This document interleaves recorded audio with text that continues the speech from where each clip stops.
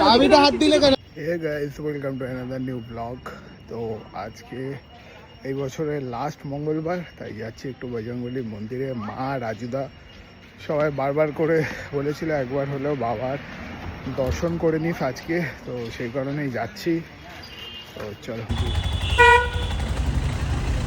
এসছি গাইস, মন্দিরের সামনে যাই, পুজো দিয়ে আসি। এই ফোন করে যাচ্ছে, এইখানটা মন্দির। মন্দিরের ভিতরে আর ভিডিও করে নিয়ে আমার ইচ্ছা হচ্ছিল না, ধর্মীয় জায়গায় ভিডিও করা। এখন যাচ্ছি, আমার একটা বন্ধু এসছে, ওর সাথে দেখা করতে।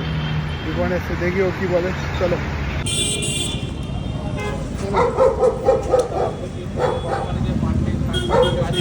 আমি এখানে বসে আছি, বসে যথারীতি এদিকে বসে এখন একা একা বক বক করছি, আর ওদিকেও ফোনে লেগে আছে। আমাকে ডাকলো কি করতে আমি বুঝতে পারছি না। গোল পার্কের মুখে এখন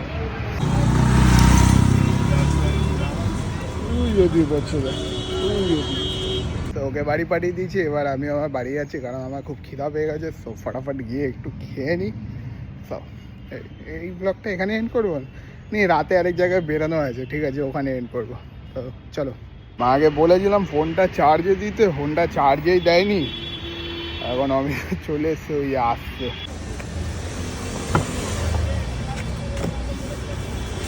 চল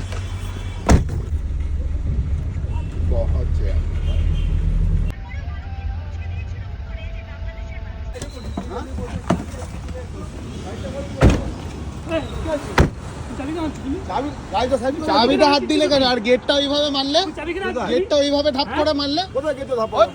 আমি তো দেখলাম, কোন দিকে চাপাচ্ছ?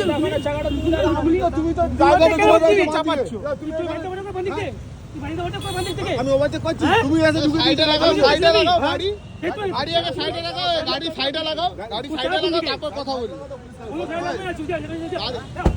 গাড়ি সাইডে লাগাও, গাড়ি সাইডে লাগাও,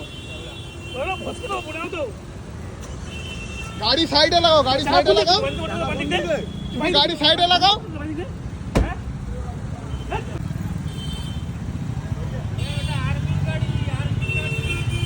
হলে যাতা করবে নাকি যা ইচ্ছা ঘাপ করে। আমি দেখলাম তোর থেকে ওই চাবিটা টানছে, তারপর থেকে গেটটা ঘাপ করে বন্ধ।